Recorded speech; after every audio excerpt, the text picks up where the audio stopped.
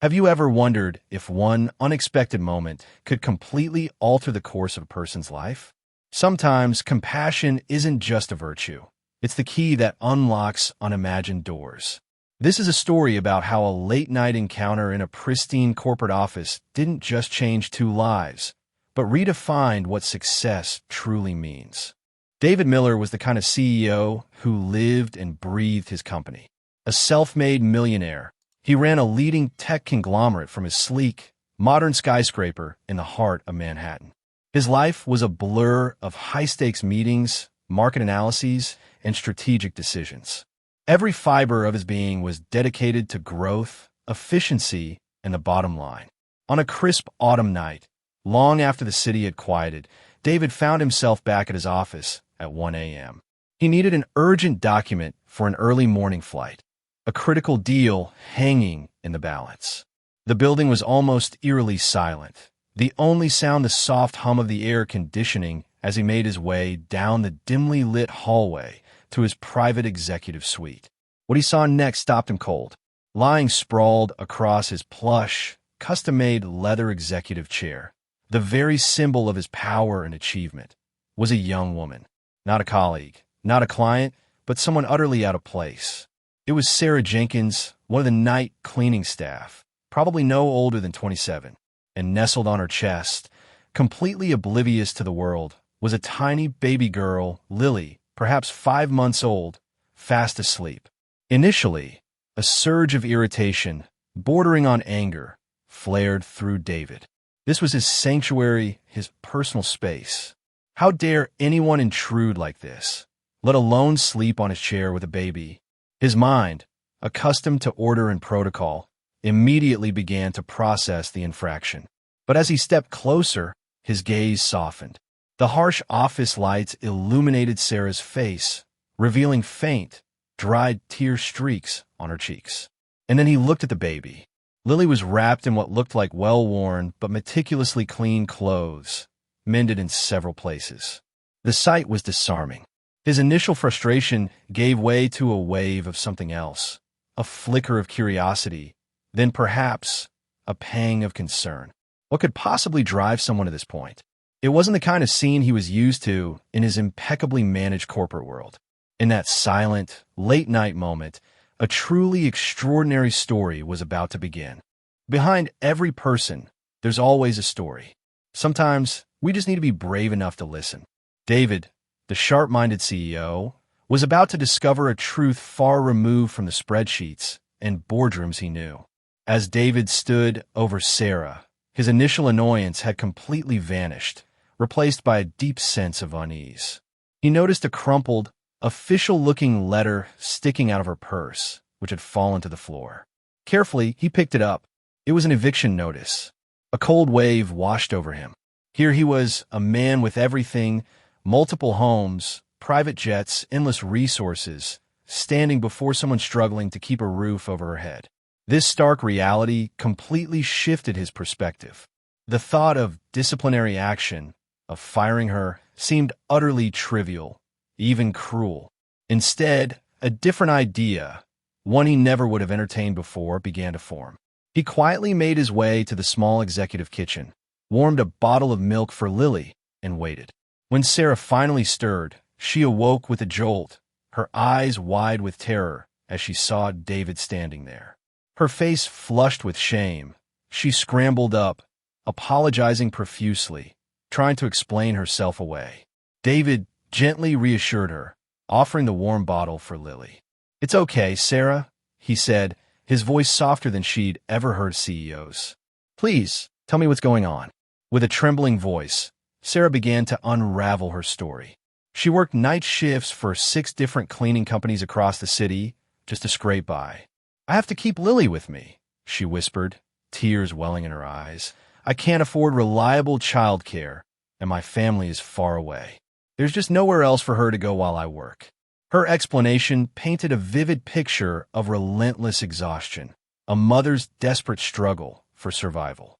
"She's all I have, sir," she finished, her voice breaking.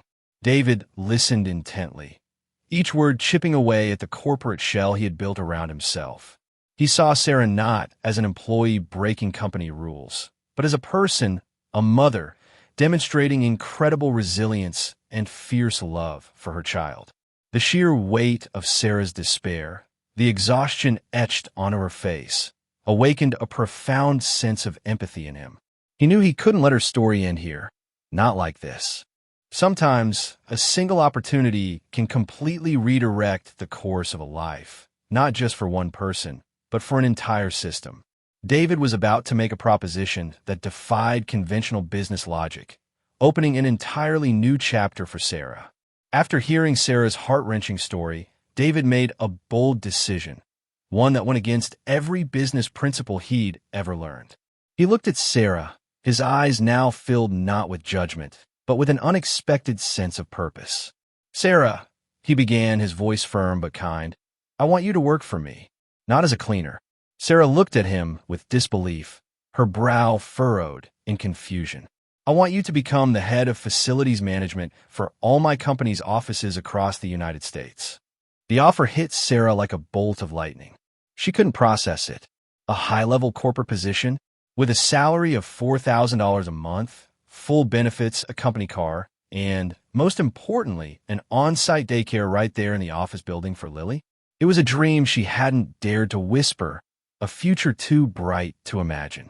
Tears streamed down her face again, but this time they were tears of shock, relief, and overwhelming gratitude. She couldn't speak, only nod, clutching Lily a little tighter. For David, this wasn't merely an act of charity. He saw in Sarah not just resilience, but sharp mind, an extraordinary organizational ability, and a dedication that he believed would be an invaluable asset to his company. He reasoned that anyone who could manage to survive and care for a child under such extreme conditions surely possessed innate management skills that no business school could teach. This decision, to elevate someone from the cleaning staff to an executive role, sent shockwaves through some circles within his company. But David had a rare intuition. He knew he was doing the right thing. What happens when compassion meets innovation? The answer can change an entire industry. Sarah was about to prove that a different approach, one rooted in human value, could yield extraordinary results, even when facing skepticism from those stuck in old ways. Just 3 months later, Sarah Jenkins had transformed her new office into an astonishingly efficient operational hub. With her meticulous attention to detail and unwavering work ethic, she flawlessly coordinated cleaning services, maintenance, and other vital operations for all 12 of the company's buildings across the U.S. She didn't just do the job, she reimagined it. Sarah introduced more humane work shifts for cleaning staff, ensuring they had proper rest and were treated with dignity, a stark contrast to her own past experiences. She renegotiated contracts with suppliers, saving the company millions of dollars. More significantly, she created an internal training system that not only improved service quality, but also slashed costs by 30%. Sarah's remarkable success didn't go unnoticed, but it also came with a significant dose of skepticism from the company's board of directors. These were seasoned executives, steeped in traditional business models, who simply couldn't fathom how a former cleaner could achieve such phenomenal results. They questioned David, demanding explanations for his unconventional decision to promote her. But David stood firm. He presented the cold, hard numbers, the financial reports that undeniably proved Sarah's methods were yielding superior profits. He defended her with every ounce of his credibility, asserting that compassion and innovation were not mutually exclusive but, in fact, powerful partners. The board, however, remained largely unconvinced. Their worldview was rigid, focused solely on established hierarchies and predictable metrics. They saw Sarah as a risk to the company's image and demanded that David fire her. David now faced an impossible choice: compromise his principles and betray Sarah's trust, or stand by his conviction and face the consequences. Sometimes, to build something truly great, you have to be willing to lose everything. David and Sarah's story is a testament to the power of human-centered values, proving that true success isn't just measured in profits, but in people. Faced with the board's ultimatum to fire Sarah, David made a decision that sent shockwaves through the entire conglomerate. He resigned. He simply could not betray his convictions or Sarah's unwavering trust in him. "If you cannot see the value in compassion and innovation," David declared to his stunned board, "then this is no longer the place for me." Without hesitation, David and Sarah joined forces to establish their own company, Human Solutions. They started from scratch, but with a clear, radical vision: to build a business where employee well-being was paramount, where compassion wasn't just a slogan but the bedrock of every operation. They believed that when you treat people well, they not only perform their best, but also stay loyal, leading to sustainable and profound success. Just 1 year later, Human Solutions had become the most innovative and sought-after facilities management company in the United States. They didn't just achieve financial success. They built a corporate culture that any business would envy. Their company expanded rapidly, quickly surpassing David's old corporation, proving beyond a doubt that compassion and human-centered values could lead to extraordinary business triumphs. The story of David and Sarah became a case study, a living testament that when you dare to put people before profits, you create something truly monumental.